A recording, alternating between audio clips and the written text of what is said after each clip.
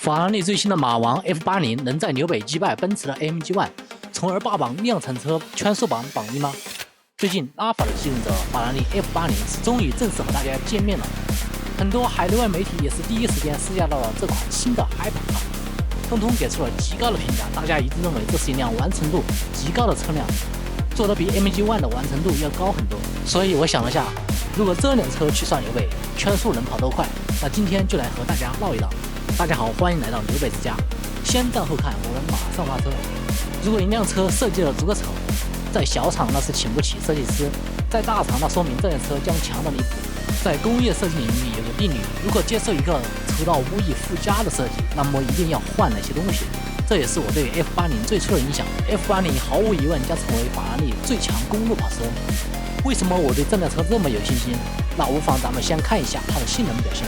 F80采用的是 V6 引擎加混动系统，前二后一的电机布局，综合马力来到了1200匹，整车干重1525公斤，搭载8速双离合 VF1 DCT 变速箱，集成了电涡轮，0-100加速2.1秒，0到200的加速也只要5.7秒，最高时速350千米每小时。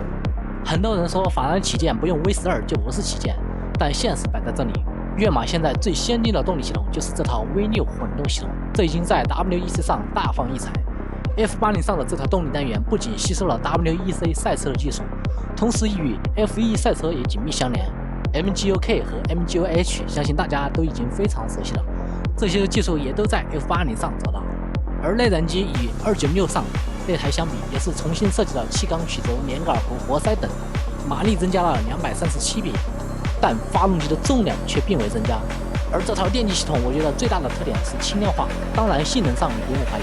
在前桥的2个电机加逆变器和冷却系统，总重量仅61.5公斤，而在发动机舱低位的电池有2.3千瓦时，重量在39.3公斤，再加上后轴的电机，那电机系统总重量也不会太高。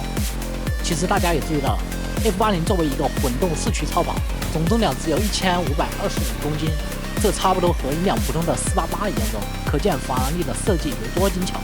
正如我前面说了，一个丑到无以复加的设计，那么一定要换哪些东西？那 F80能换来的东西是什么？毫无疑问是这套空气动力学设计，它能在250公里每小时下产生1000公斤下压力。虽然不及 F1 赛车，但已经达到了 WEC 赛车的下压力水平。其实我们看 F80也是有一股原型车的味道。F80前部460公斤的下压力主要靠 S-Dark 产生，后部590公斤的下压力靠尾翼和扩散器共同作用产生。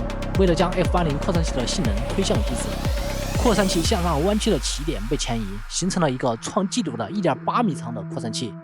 它在车辆下方产生了一个巨大的低压区，从而将大量气流吸入底盘区域。同时尾翼也集成了 DRS 系统。在车身和底盘方面，车身由碳纤维制成，底盘的前后副车架由铝制成，并用钛合金螺钉固定在座舱上。